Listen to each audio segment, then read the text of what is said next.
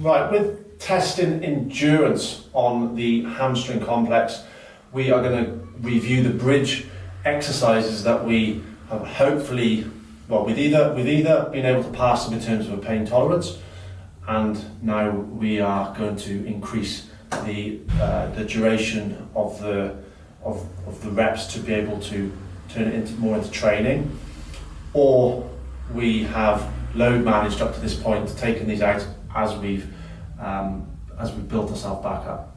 Okay, so now we're going to need to, if we're testing, we're going to need to go through each level of the bridge tracks, and we're looking for 10 to 15 reps that we can perform with a heavy slow resistance tempo, which is 3 seconds up, 3 seconds down. Okay, so in this short lever, two-legged version, Callie's arms are going to be just on her chest or somewhere so they're not on the floor. And from here, I'm going to cue Callie in. We would have taught this at this point, to a posture pelvic tilt. So that's going to bias the hamstrings, and then she's going to come up for 3, 2, 1 to the top, 3, 2, 1 to the bottom. So you're going to keep that tempo for me now, and we're going to go for just show me 4 or 5 reps. And that's my watch. 2, 1, down, 3, 2, 1. So now I would let Callie go here now until she's able to do 10 or 15 reps, and then I'd stop her. So that feels quite comfortable for you, and have a rest. So if we have just done that with someone, we would let someone have a minute, 2 minutes to be able to rest. Does that say something? That's okay. To be able to rest and then go into the next level. Okay, so we're going to do the same thing on the next level, which is going to be offset. So if this one's going to be in a short lever, so it's going to be here, this one's going to be a little bit further forward, so there's contact in the floor, and we're going to be putting most of our weight through here. So now you're going to show me the same tempo, 3 seconds up, 2, 1, top, 3, 2, 1, down, 3, 2, 1, up, 3, 2, 1, down, 3, 2, 1, up, 3, 2, 1. So to keep going, it's a 6-second cycle. You can use a metronome if you've got one to be able to set it so that you're going for 3 seconds up, 3 seconds down. Want to be cueing most of the way through here and seeing if we can pass 10 to 15 reps of this level. Then we would do the same and rest. Then we would do the same thing on the other side. Okay, now non-athletes, people who are not regular strength trainers and exercisers, will generally find that they can pass these levels, and then they will be, where we'll probably be starting them will be in a long lever, single leg on the floor. Okay, now what that looks like is going to be, we'll go with this one. So this one's going to come to a longer lever. This one is going to just be up, out of the way, like this. And from here now, we're going to be pulling through our heel into the floor, and we're going to be doing the same thing for a 3-second up, 2, 1, and 3, 2, 1.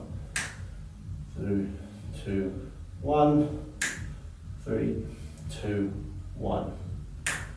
3, 2, 1. 3, 2, 1. 3, 2, 1. 3. You keep count of the reps. That's what I'm looking at here, trying to make sure that she's really pulling through the heel and she's working hard through the hamstring there now. How many are we on? 7? 5. 2, 1, down.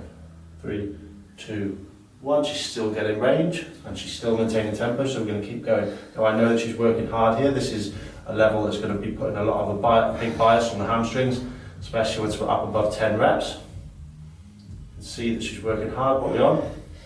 This is number 10. 3, 2, 1, up. 2, 1, down. 3, 2, 1, up. 3, 2, 1, 12, and rest.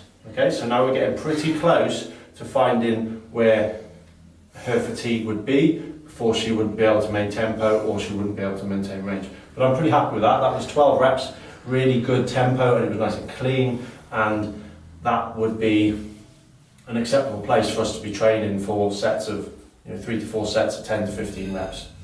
I am going to give you a moment, and then we're going to do the opposite leg into an elevated position. Okay, so this is going to be where a lot of our athletes need to get to be training, is these reps, long kneeling, long lever, and elevated, which is going to really ramp up the load on the hamstring. Okay, so as soon as you're ready, this leg's had a nice rest, so we should be able to get straight into it.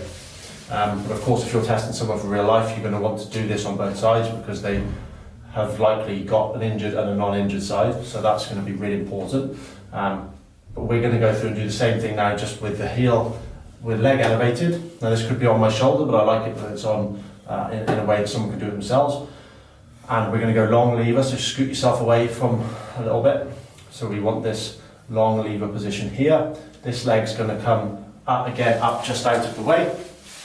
We're going to be really hooking the heel into the log, into whatever you've got on here, and we're going to try and come up for 3, 2, 1, up, 3, 2, 1, down. The angle of the, you keep count, angle of the knee stays the same, but the hinge in the hip is what changes. 1, up, 3, 2, 1, down. 3, 2, 1, up, 3, 2, trying to cue to keep it nice and smooth. It's a really tough level, this, all the way to the top. Hamstring's probably squeezed, it's screaming. Toes are going to be pointing, the calves are all going to be wanting to come into this. How many are we on? 5. 1, down. Really tough, this exercise, going for this slow 3 seconds down, 3 seconds up.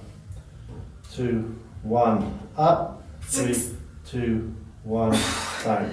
And how many was that? 6. 6. Okay, so that's a high level of bridge hamstring training, and we've got somewhere, so for Callie here, it would be somewhere between a long lever on the floor and a long lever elevated. If someone's able to train multiple sets of long lever elevated, then arguably they don't need this as much as other people who maybe are really struggling with this and finding some of the shorter lever levels where they really can't do it. And this then enables us to progress onto other more challenging posterior chain exercises. But that's how we would find a level of endurance in the hamstring complex through bridging.